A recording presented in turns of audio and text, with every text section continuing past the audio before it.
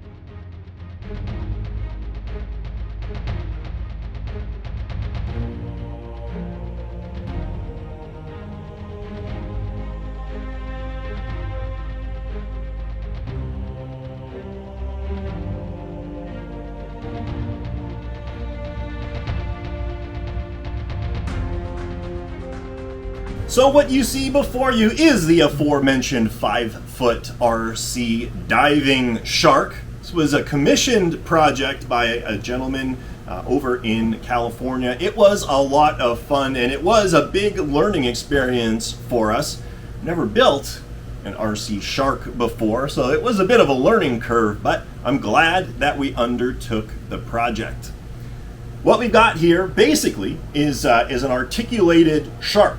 The articulation happens in a couple of places. The pectoral fins here tilt and provide a dynamic diving ability for the shark. And then in the back, all of the tail is articulated as well. And it is actually quite realistic when you look at it in the water when it's moving. I don't know if you guys played with them the same way that I did when I was younger, but it used to be those wooden snakes that you could usually get at the zoo, and you could move them and they would move back and forth. Same idea here. Propulsion is handled through these twin thrusters, and these have a lot of force. There's one mounted to each side of the body. Previously, we'd experimented with mounting them underneath the pectoral fins, and that hid them from view, but it also created some really interesting performance dynamics that were not overly desired, and so they were relocated.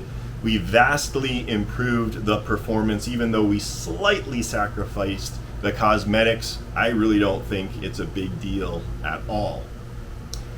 The hull, the body of the shark, was 3D printed in PLA plastic at 100% infill, but then for durability and strength, it was all laminated with a layer of 4-ounce fiberglass cloth over the entire shark. So Sharky is pretty bulletproof, although you will notice he's got a few scars in here already from when we were learning to operate him, but a little dab of paint and you'll never know. And of course the good news is when you take a look at real sharks in the wild, they're pretty beat up. I think they like to fight with each other quite a bit. So this is all authentic scarring that you're seeing here. So the other kind of cool thing about this is you'll notice in his eyes he's got a little bit of a glint in there, and that is not actually just a dab of paint, though you may think. Those are high output red LEDs, a feature that the owner wanted to put in there. And one of the benefits of putting them in is that you have a visual indication of the power status of the shark. So if we just reach in here to the power switch, we can flick him on, and you can see his glowing red eyes shining out. Looks pretty cool. I don't know what it's going to look like at night, but he looks pretty menacing, like a demon shark or something like that right now. Now that we've taken a look at the outside of the shark, it's time to take a look at his guts. Access to the shark is really easy. It just takes a matter of grabbing him, flipping him over, setting him down carefully, and now you can see his belly. So we've got 4 hold down bolts in here. These are all stainless steel bolts, and it just takes a moment to get access to him. So this belly pen gives you really, really good access to the interior of the shark, which is, quite frankly, pretty cavernous. All things considered. All right, now that we've got the bolts out, we just grab that and we lift it up. Now this has some weight to it. I'm going to say this is probably 3 or 4 pounds. All of the ballast weight is hidden in this belly pan. Looking inside, you can see a watertight box, which is currently open here right now, and then the linkages for the pectoral fins. Then we've got a large waterproof switch just up in the front here, and that's what you reach through to flick on and off. This box is completely removable, so you just undo the linkage to the pectoral fins, and there's 4 big stainless bolts that you can access. And we've got a custom wrench that goes all the way down, allows you to unscrew the box, and then it just lifts right out. Makes maintenance really easy, but for the most part, unless something is broken or being maintained or upgraded, you've got access to the interior of that watertight box in there.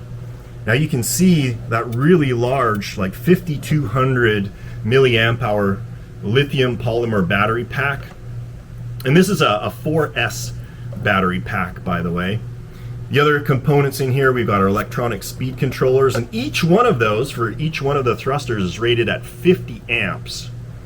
And we've got our receiver up in the front, and then underneath are 2 really big 40 kilogram heavy duty servos which move the pectoral fins.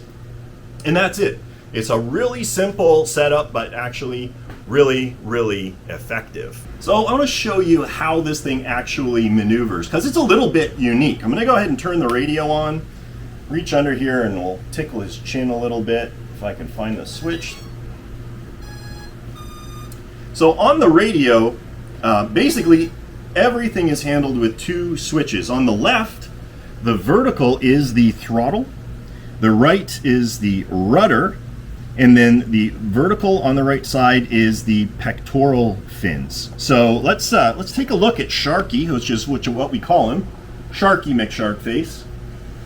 We'll start with those fins. So here's the fins tilting up and down, and that provides your depth control.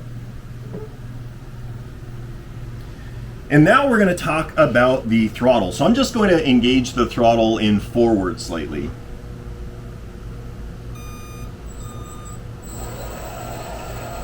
So you can see the thrusters are spinning, and both of them are pushing Sharky through the water.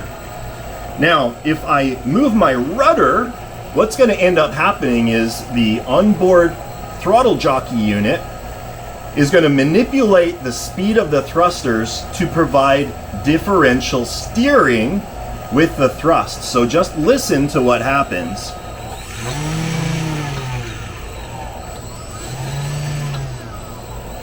So just because I'm in slight forward, what's going to end up happening if I turn to the right, the left thruster is going to kick up, the right thruster is going to slow down, and if you go far enough, it'll actually reverse. So this shark will actually spin about its own axis under the water, which is pretty cool.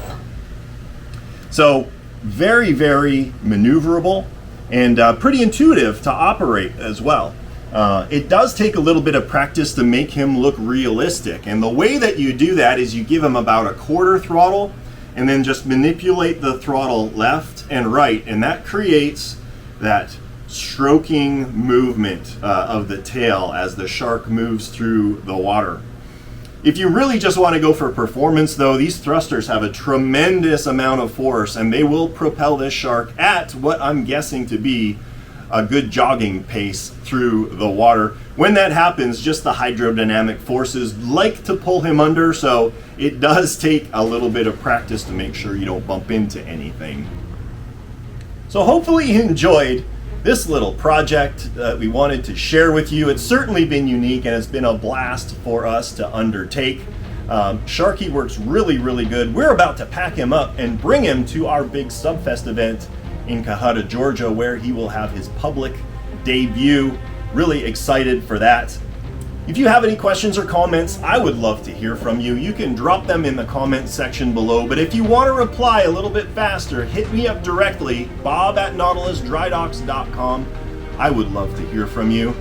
If you like what you see, please do like and subscribe. It helps us out at the Dry Docks a lot, and it just takes you a second to do. With that, we're gonna leave you be. Have a great day, and we will catch you next time.